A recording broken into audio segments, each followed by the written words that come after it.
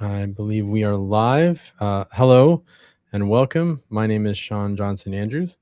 My pronouns are he, him, his, and I am your host for this episode of Breaking Culture Live.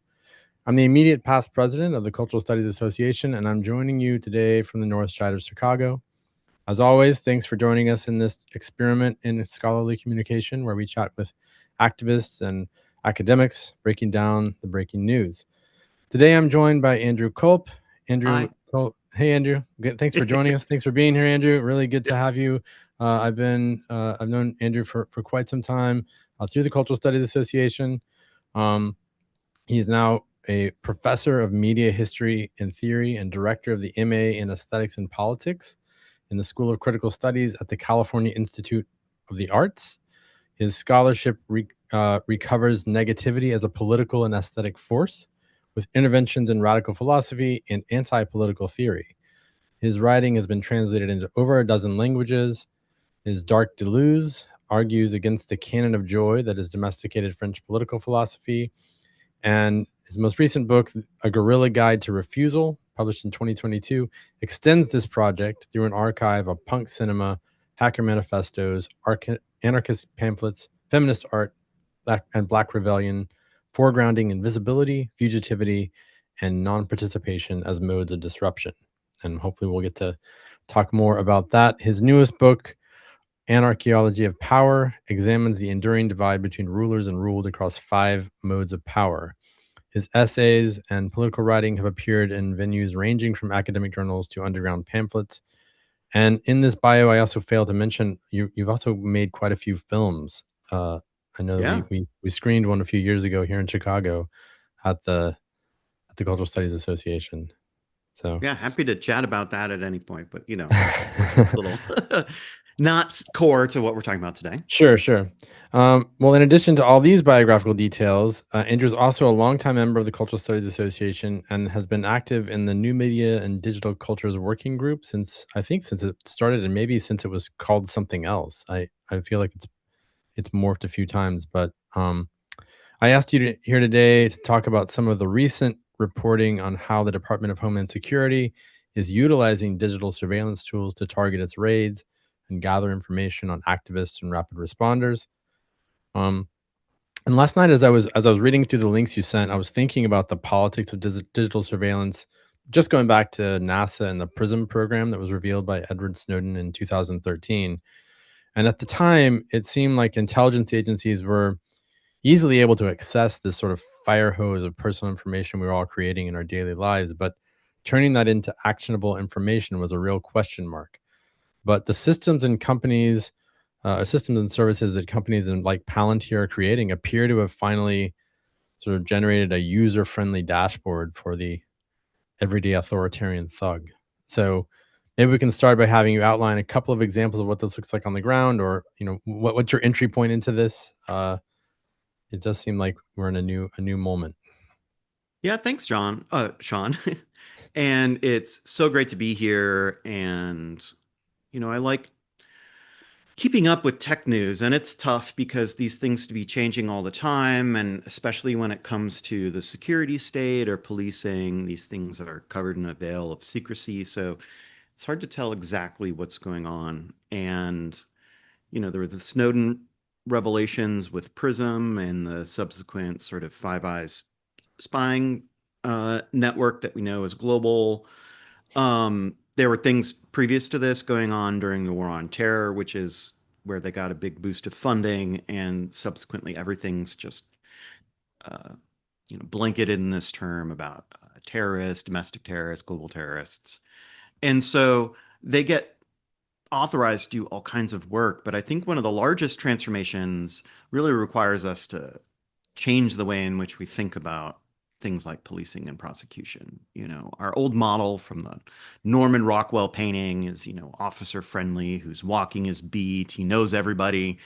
I mean, we should already question something like that because that form of relational, what's sometimes called community-based policing, very much is about an antagonism towards outsiders to keep an eye out for anyone or anything that looks dangerous or different, which to me just looks like, the citizen councils, aka the Klansmen of, Sure. the 40s and 50s or whatever. But, officer friendly's been gone for a long time. And now we really have data hunters. Everything has been Uberified, it's appified, and we know what some of the tools are. And you're right that uh, they've put together some technologies that we've kind of like we have a decent sense of what they are, but we didn't know that they've been effective because there's a group that I work with here, Stop LAPD Spying, who's very focused on this type of work. They're based in Skid Row. They're abolitionist, and they often talk about these tactics as math washing. So they're just ways to legitimize or rationalize a very direct application of force. And we see that in Minneapolis, or you've seen it in Chicago and here in LA. They just kidnap people off the street. And these tools maybe make it a little bit easier, but we don't have to cloak it in too much sophistication. That said, recent tech reporting, especially 404 Media, have identified a few different tools. There's Elite, which was built by Palantir, Peter Thiel and Alex Karp's outfit out of here in California that's hyper conservative and offering tech solutions to not only companies but security state apparatus, things both in the US and abroad. And the one they developed is called Elite, which is a funny acronym like a lot of government Sure. programs. Enhanced Leads Identification and Targeting for Enforcement, but I'm sure no one even really keeps track of that. Um, and what they do is, at least from a user guide that 404 Media was able to get, is it appears like a digital map. So you can imagine something like Google Maps, and that it has a skin or a layer over it that gives sort of information that as go in, you can explode it out into more information. And Sure. so, my general sense of it, having not seen it, is that neighborhoods and areas are given a score. And then as you go in more closely, I think probably at the sort of like house by house, like parcel level, Sure. um, that they give each place a score from 1 to 100 based on likelihood of a person being there, which they get from real-time phone data, and then license plate monitoring from license plate passive recorders that they have around the city, but also ingesting other information sources. And then they'll even give a name, date of birth, a registration number, and photograph of the person. And so it's very much just, almost like an Uber service. They're going to drive up, see the number, see like, okay, this is the person I want to pick up for this ride. But it's not picking up, it's kidnapping them to put them in a detention facility. I mean, there's part of me that when I hear that, there is, I do sort of feel slightly better about the the way that they're doing it, because from the outside, it just looks like they're just looking for someone totally random and grabbing them. Not that it makes it any better, but I mean, it is somewhat comforting to know that there is a bit of information they're basing this on, but it's still scary the way that that information is being used, and the opacity of where that information is coming from. I mean, you have to So, think about it though. The quality of this information tends to be quite low. I don't know if you've ever like gone into Facebook or Instagram or your social media thing of choice and looked at how they've sort of like pegged you, like oh, what sure, sure. demographic categories they put you in. Yeah, For a I while, think they I thought I was usually come up with black. I was same here. They thought I was a black woman, for quite some time, which is, I don't know where they get that exactly, but yeah. Yeah, I mean, I do think a lot of the recent reporting has focused on, I mean, the stuff from 404, and then, Minneapolis Public Radio spoke with the reporter from 404, talking about what activists can do to keep themselves safe, or keep themselves sort of secure. And a couple of these products, which I don't know that these are, I can't quite figure out. I don't think these are related to Palantir. These are maybe it's another broker, but Penlink and Weblock, Hmm. or other products that they've bought, which are, it seems like they work in a similar fashion. They rely on cell phone location data to create these maps and profiles, Hmm. and they're sometimes using data harvested from like flashlight or game apps. I remember hearing about the spyware on those apps for a long time, but I now only now do I see the kind of long game they were playing with that data. Is that they're, Yeah, absolutely. I mean, like it comes from things like Candy Crush. You know, when you're playing sure. these ad-based apps, whenever the ad pops up, that's another moment that it's pinging the internet and telling them, you know, there's a user who's using this, and they'll pull some of the phone data and geolocation and other things.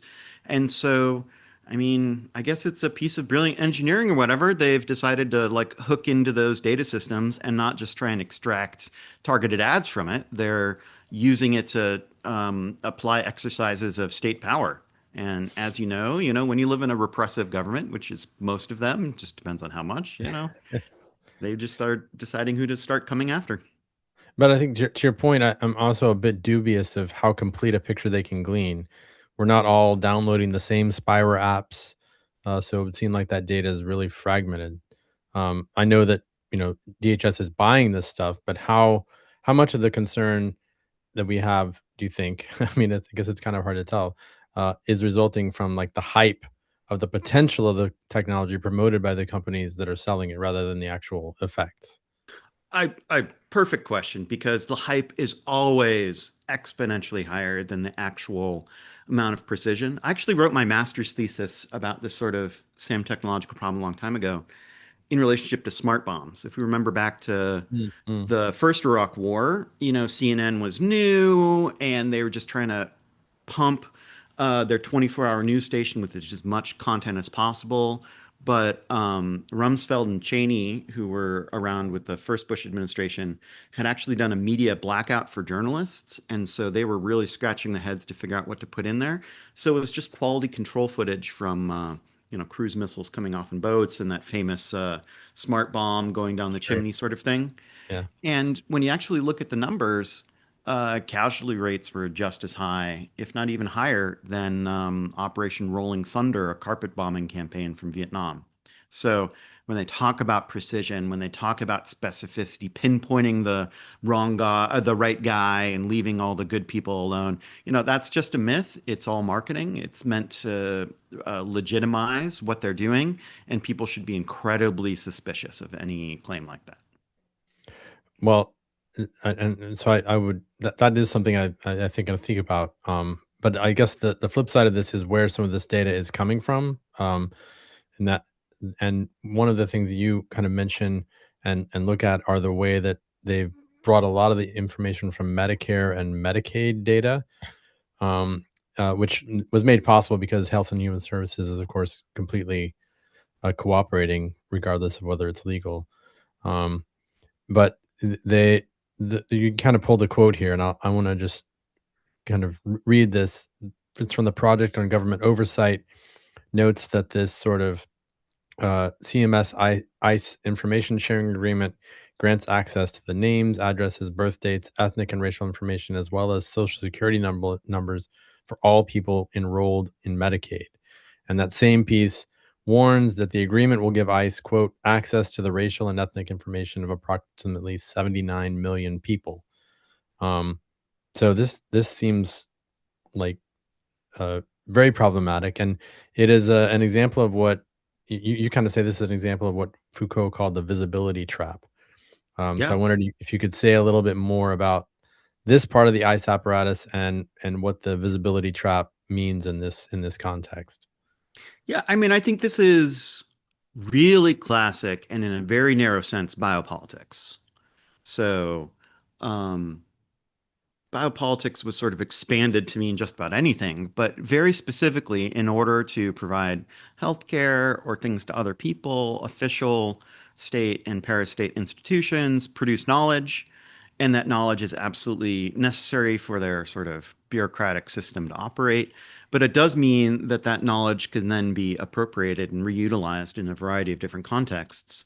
And so, you know, very smartly living in an information society in which you can make information flow out of one institution to another, you know, from the hospital to the police. Suddenly they've just created these cooperation agreements, and the sort of 79, 80 million people in the Medicare database suddenly start populating um, these tools that DHS and ICE are using, and so it creates a dragnet definitely a sort of digital dragnet, Mhm. and it ends up appearing very post-political, because like who's against healthcare? Certainly not me.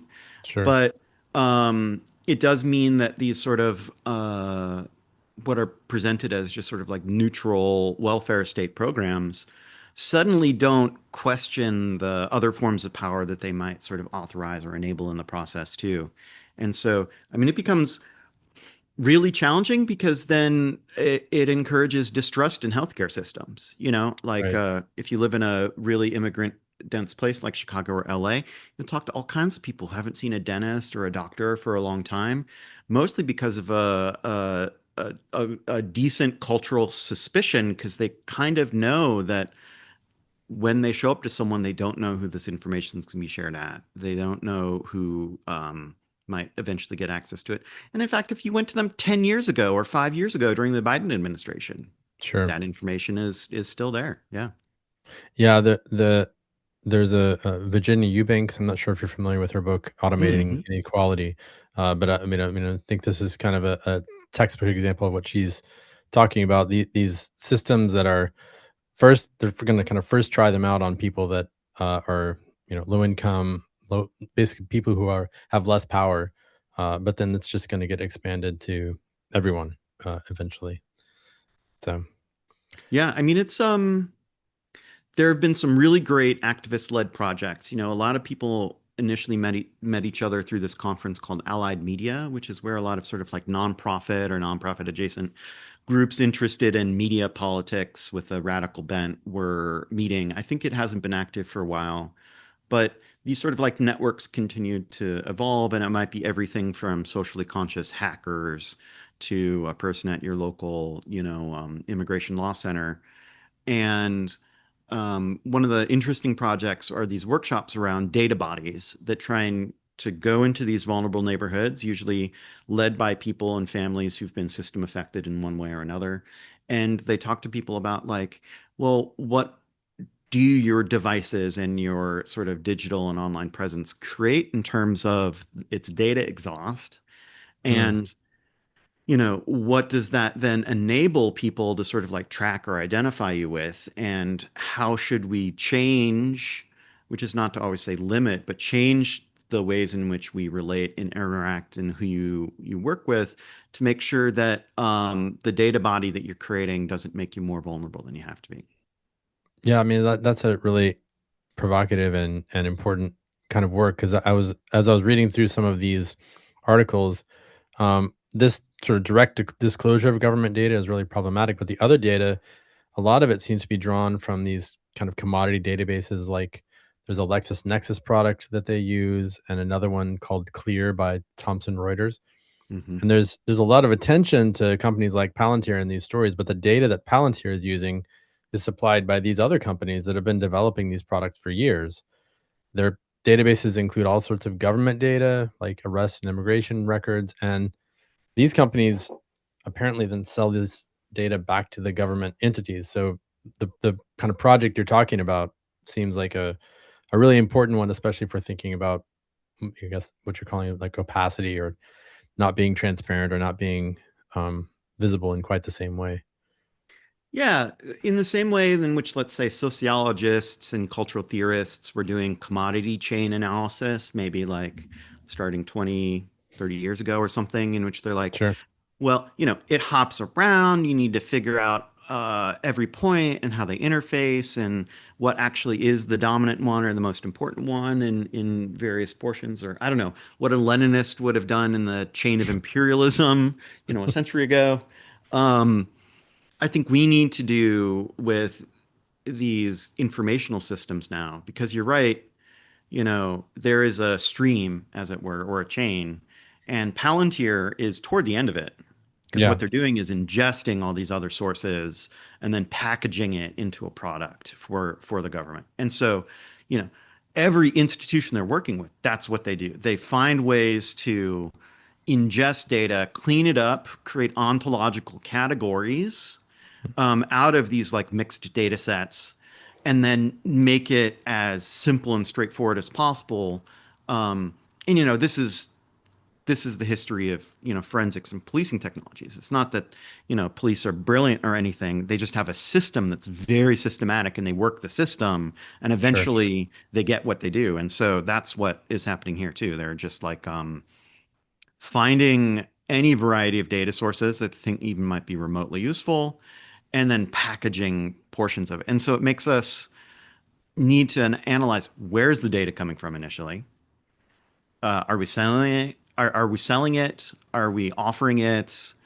Um, it also means that like sort of privacy policies, I think, are just sort of outdated and outmoded. They really don't sort of protect people in these instances, and that even a lot of our political solutions are really sort of too downstream of where a lot of the important action is happening. So, like sanctuary cities, for instance, or Yeah, even this is another one that I wanted to talk to you about. yeah, Because you kind of say these databases in a lot of ways undermine the sanctity of sanctuary cities. yeah. I mean, so maybe there's two sides to this. One of this is that so-called sanctuary cities are still being controlled by police forces or whatever that don't even care about what the politicians say. I mean, that's very clear in LA. Like the LAPD has more juice and authority than city council, and so we've been seeing this over the last few months. Like city council uh, openly says within like public testimony periods and stuff that they feel their hands are tied and they're not going to ask the LAPD to stop doing certain things. And that that just means that they just don't have the power. But And even what, if they, oh, please. for example, what are they saying they can't? Is it about cooperating with ICE, or is this something more? Uh, Yeah, yeah. I mean, like, here's a very straightforward one. I live somewhat close to MDC, the Metropolitan Detention Center, which is a key staging ground. It's where Greg Bovino was operating out of when he was here. And it's where they detain people before they ship them off to more permanent detention facilities. And protesters have been gathering there almost 24/7 since early June. And it's been confrontational, it's been disruptive, there's chalking, there's all kinds of things. And the city started enforcing this like stupid law that they created that was an anti-homeless law that said if you're within X feet of a school or daycare, you're not allowed to camp or put up materials. And so there, there's this little pop-up tent where they're giving out water and food to the people who are protesting. They said you're too close to the daycare in the federal building, so you're not allowed to do this. And of course, it's LAPD who enforces it. So LAPD rolls up on these people and say, "We're going to give you 2 hours, or we've warned you. We're going to come back next day, and we're just going to trash all your junk." Um, and of course, they do that. But then, when there's a more sort of like a confrontational presence between the protesters and the ICE and federal police, there, LAPT rolls up, kettles everyone, uh, sets up skirmish lines, calls it a unlawful assembly, um, and then come up in their riot gear and just like really start going to town on people. And so, you know, okay, so maybe they're not assisting with immigrant arrests, but they're doing all the crowd control yeah, that goes along yeah. with it. So like, okay, what a sanctuary city we are here, you know? Um, Yeah, we've had issues with that with the Illinois State Police even coming in and kind of intervening in protests up at a similar situation at the Broadview detention facility. So but if yeah, we like zoom out a little bit, like, okay, you declare it a sanctuary city, but if ICE has enough information and resources to make incursions into the city, and that's kind of what these tools help. They allow a sort of targeting, as it were, for the data hunters, which we could call the ICE agents or their sort of like kidnapping packs. Um, then they don't necessarily need a broader form of support. And in fact, in cities like Chicago and LA, they've had to limit their amount of time in certain neighborhoods because they know that people are going to sort of roll up on them and start becoming confrontational and make it hard for them to operate. So at least in July or August, we were getting word that they were limiting their operations to 4 to 6 minutes here in LA. And if they didn't have any information at all, which is of course a large part of policing in any urban city, you know, What would they do? They would just like drive around in their cars and try and spot people, which is already kind of what we feel, but they would be less and less sort of capable of doing any of this at all. Yeah, I think that I mean they were definitely doing more of that up here, right before they left in November. I think just sort of driving around. If you find finding people doing roofing or landscaping, and it wasn't apparent that they necessarily had information about these people being having any immigration status. They were just brown people working outside. So Yeah, I mean, look, they're policing the color line. yeah. This is something that policing in America was established to do in its early colonial period, and it really this is exactly that. It's nothing more, nothing less. But there is it is slightly different than because part of what the sanctuary cities, uh, help protect or at least keep ICE from having access to are the detention records, or I guess there's a detainer. They were very upset in Chicago Hmm. because we wouldn't because the there's actually a law here that says you can't kind of honor that detainer, in part because there was no sense of who would pay for it. It was actually what the city council was like. We're not gonna honor the detainer because there's no sense of when DHS would come and how long we'd have to keep them and that sort of thing. Yeah, Um, I mean the but the like by the law, the big thing that people had been focusing on for a while was this policy whereby if your local police picks someone up yeah, and they're able to determine that someone, let's say, instead of having a social security number, has like an alien identification number, which is like the state term for it, they might notify ICE and DHS and allow them to then turn it into an immigration case above a criminal offense. And so some cities were saying that they might not immediately turn over that information. But if they're already getting all this other information and what they care about is probability scores rather than black or white sure. um, status, there are all kinds of ways that they're finding people and intervening earlier in the process. And so, the sort of like, oh, we're going after the criminals. They don't care about that anymore. And so it's just one of many other, points of light, as it were. Yeah, and it does seem like there was another report I was reading yesterday, and I'm drawing a blank. This was from the American Immigration Council. It came out earlier this week. Talking about the way that this detention, that they're not even really that concerned with even having a case at this point because effectively what they do is they're detaining people, they're putting them in very terrible conditions, and if there's a situation where that person could be deported, then they just kind of let the person self-deport. They kind of force them into sort of agreeing to be deported rather than having to wait in these reprehensible conditions to actually have a day in court. Yeah, So I mean, it's it's kind of like blunt force deportation. I think there are two academic concepts that really helped me figure this out. One, a friend in my reading group just a few days ago mentioned this, and he said, in democratic culture, there's a really important distinction between agonism and antagonism. And agonism are the people are usually what you assign to fellow citizens or even politicians who you have some competition or maybe even conflict with, but there are rules of engagement, there are lines you won't cross because you ultimately respect them. Sure. And then antagonists are people who you put beyond that line of agonism, who you establish no friendship or respect to, who there are no rules of engagement, and you can be as excessive as you want. And, we know that a lot of the people, at least some of the early waves of who were joining with this new push to join ICE, were corrections officers working for prisons or other people who've been long term border agents. And for them, the people they interact with have very few rights, if any at all. And so they're used to treating people antagonistically. And so if you're even just trying to do legal observation or something, they're now just saying that you're a supporter of these others, and they see any resistance and non-compliance as being an enemy, and they will act excessively because they have a feeling that nothing restrains them. And so that's already a large problem with what's going on here.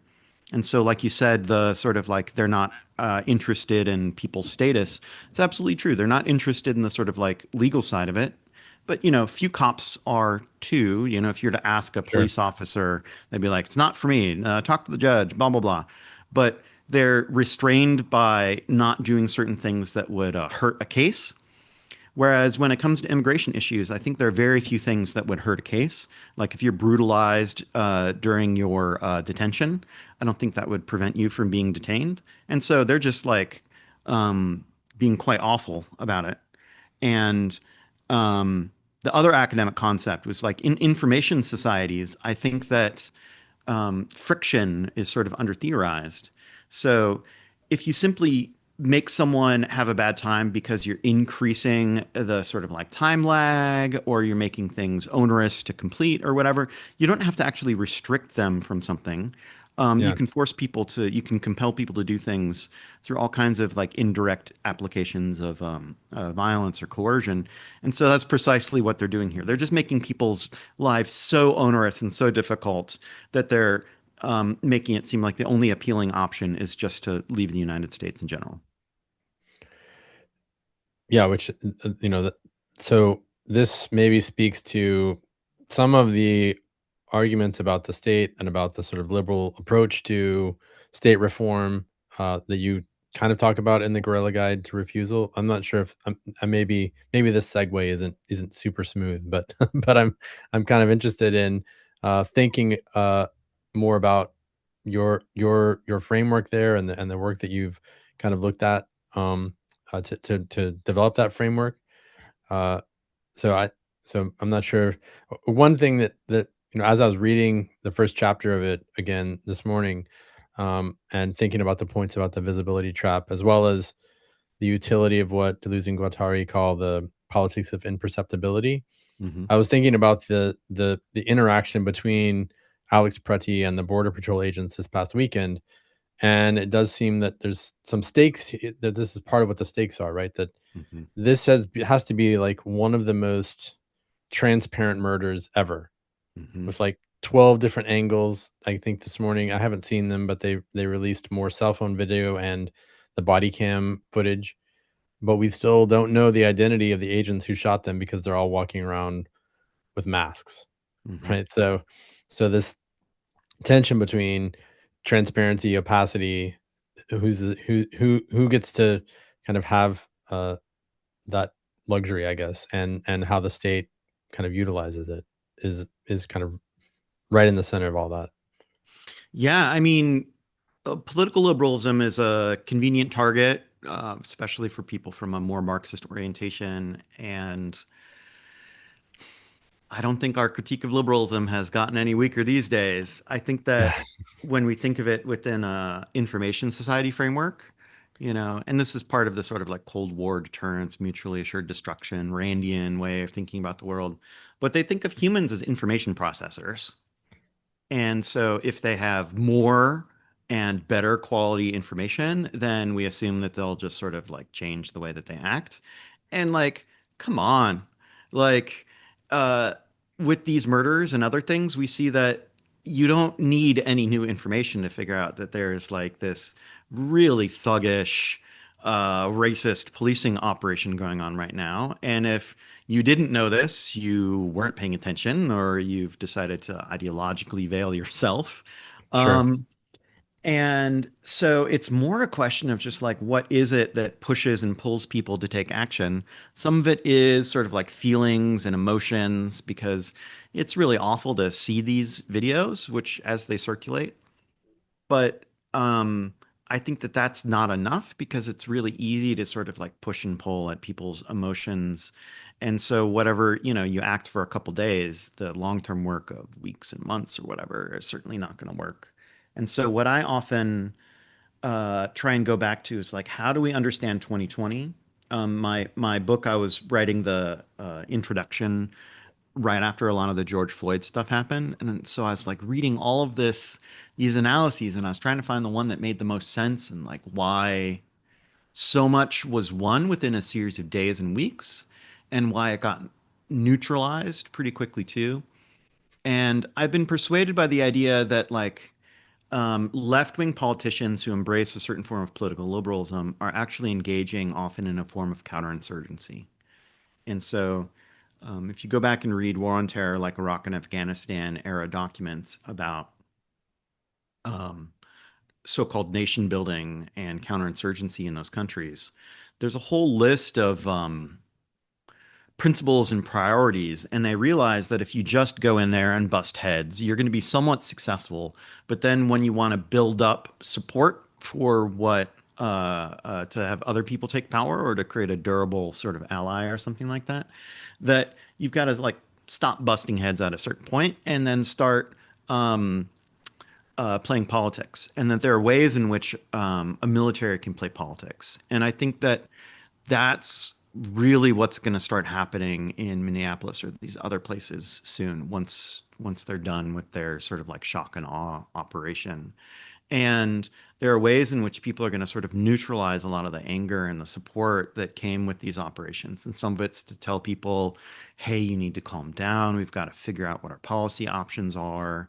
Some of it is going to be, there's a right way and a wrong way to demonstrate or to protest. You see that a lot on the subreddits looking at people talking in Minneapolis.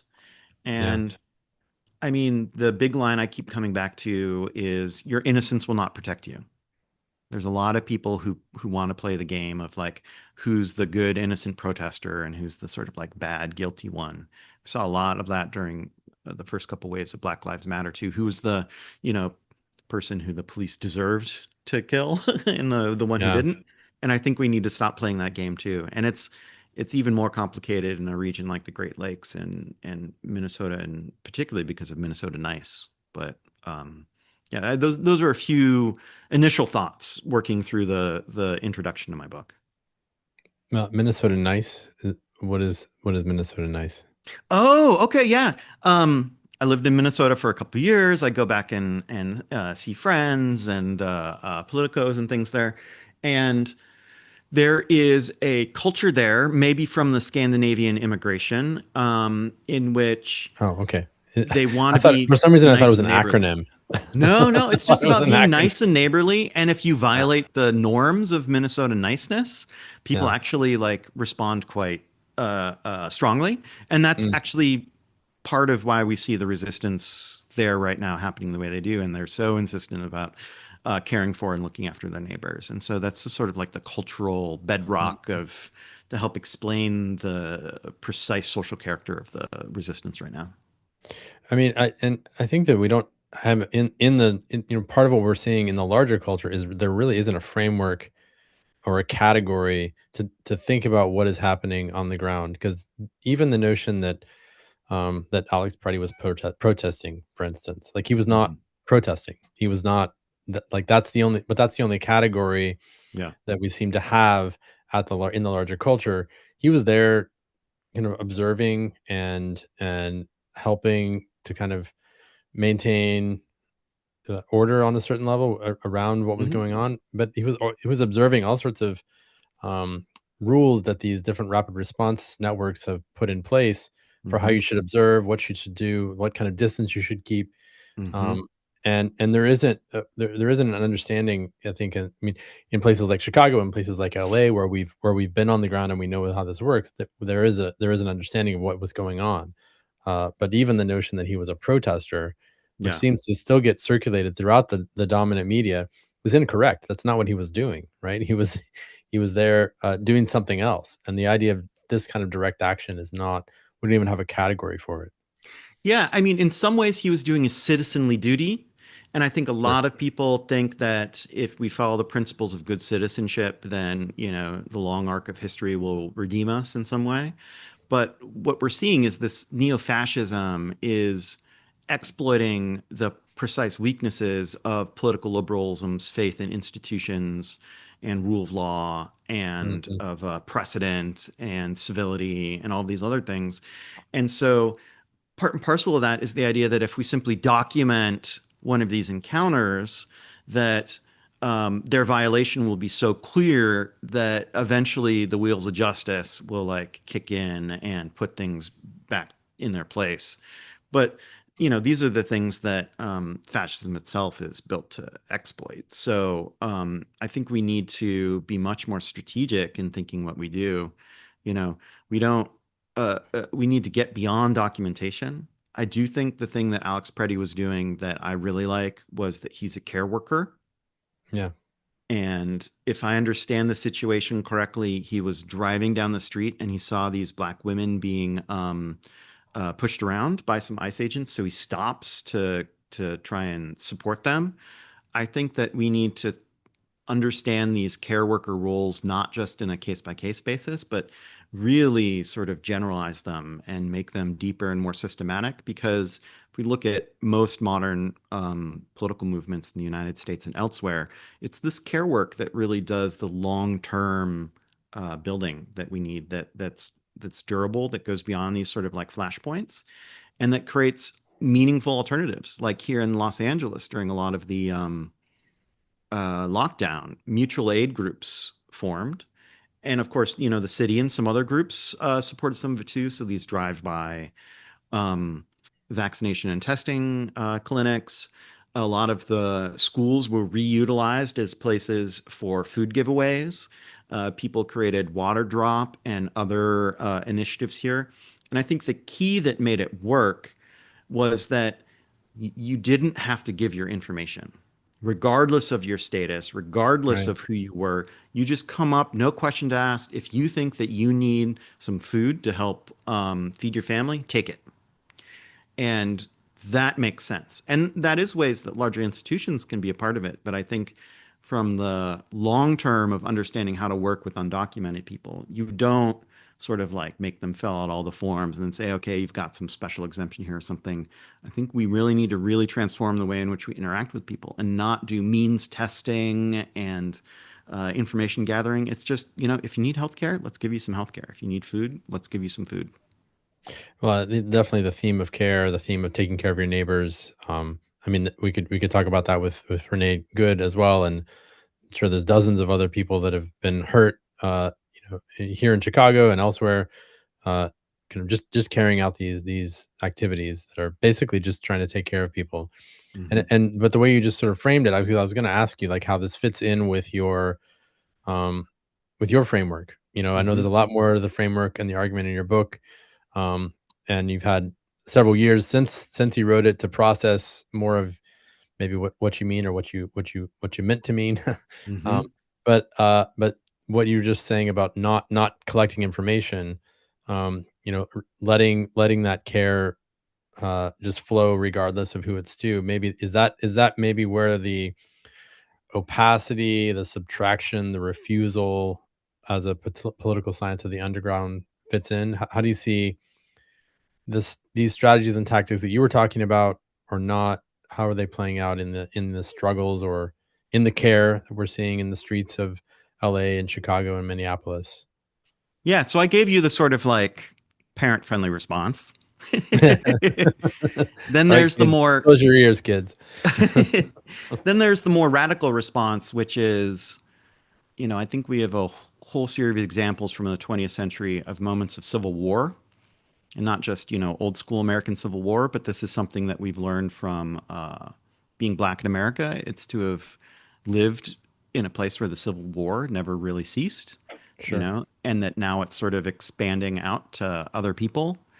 And that in those moments, we have new categories. We have the partisan, we have uh, people who are living behind enemy lines. And one that I like from sort of kind of the new left is the idea of the underground. And we're not all in positions and places to be at the tip of the spear of that. There can be some young people who are really committing themselves and willing to take on incredible amounts of risk. But I think for those of us who maybe are a little bit older with responsibilities, it's about understanding that if we are to build something like an underground to support other people taking activity, it means participating in the culture in different ways. It means that if you see someone who looks scared, who's like walking down the street, then you don't have to ask them questions as to what's going on. You can say, "Why don't you come inside?" It means that you're part of networks where you don't have to interrogate people in order to support them. You find other ways to just like feed them resources and make them comfortable and know that like if there's going to be genuine resistance here, it's not going to be open and visible and on the front page or winding through the courthouse or something like that. It could be people who have to take on multiple identities, people who might have unclear legal status, all that kind of stuff. Figuring out how you interface with these people. And it can feel a little uncomfortable to people raised in a society in which they just want to broadcast everything they're doing and make it a really public sort of thing. Yeah, But for me, I think it's much more about thinking through these forms of visibility and trying to imagine who they help. And then, so the opposite means this opacity or concealment for people that you think need it. So, like, there are left-wing people who mask as well. We sure. learned this from the black bloc of the anti-globalization movement. It's because they Yeah, also are being identified through these, ICE apps that are doing facial recognition. So the answer isn't, yeah, take a picture of my face. I have nothing to be afraid of. It's like, well, maybe you do, and maybe other people do as well. So like, don't make it easy for people to do that. Don't be so brash and bold, and create spaces of opacity or help feed the underground in a way that there is some sort of simmering civil war here, even if it's only a small percentage of what it has been previously. But it could get bigger, and we need to be able to win it. I think that's a good that's a good place to end. It could get bigger. We need to be able to win it. And is this? I don't know if you wanted to say anything more about. I know you have a new book Hmm. that you're working on. And this seems like it's at least uh, adjacently related to what you've just been talking about. But Yeah, maybe thanks. Love being able to talk about all of my work. My film work is out there. You can go watch it right now. One is called Machines in Flames. It's a desktop documentary about this historic group that confronted computers being used by the security state in France in the early '80s before it became ubiquitous computation as we know it, and they really imagined the forms of surveillance that are going on now and had a really interesting sort of response. We had a somewhat recent one called Breached, a chronicle of cargo theft about mm, the people were hopping onto trains and looting them for goods. And it made its all the way to like Fox News and the global media. And so we decided, hey, let's go look at these train yards and ports interesting. and stuff to like really figure out what is modern logistics. Um, I have another one that I just finished editing a few days ago that was cell phone footage captured by people who work in electronics assembly plants who are Mm, rioting or striking or disrupting in one way or another, and I put it into like a nice montage.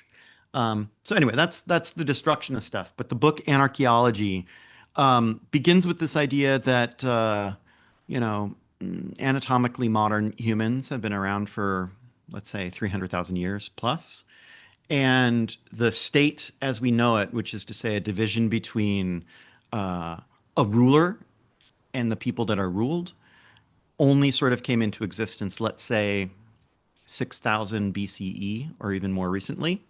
mhm. So, what is that? Where does it come from? How does it operate? And the sort of two, let's say, most basic modes that I find of it is one is predation, which is a relationship between a hunter and prey, that I think we can see through these ICE apps and the form of technology that they're using. It's very much like a militaristic targeting, snatch and grab, kidnapping sort of thing. And so I problematize that relation because then it puts the rest of us in the situation where we're prey. And so we either say we plead for our innocence, oh, we're so unimportant, we don't even deserve being prey, or to sort of try and join the ranks of the predator. Neither Sure. of those are a good option.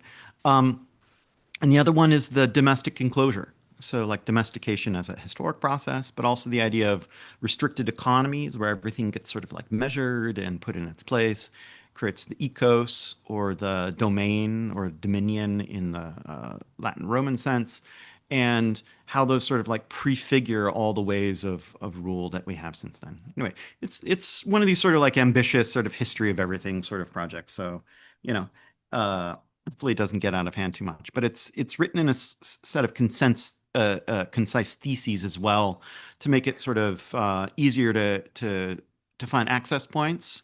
I was vaguely kind of inspired by Guy Debord's Society of the Spectacle with that, Okay. um, and a lot of images too. So you Oh, get this nice. sort of like deep sense that it exists and that there are sort of alternatives and ways out too. Cool. Well, we'll keep our eyes out for that, and maybe when you finish it, and if we're still here, we'll have a chat about it. That'd be great. Well, thanks for joining us, Andrew, and giving us your take on these new technologies. Good luck with the book. This episode will be available on the Breaking Culture Live YouTube channel, so please share it with your colleagues and let us know if you have ideas for future episodes or invitees by emailing us at breakingculturelive@gmail.com. Again, I'm Sean Johnson Andrews. Please check out my Substack at breakingculture.substack.com. And until next time, take care.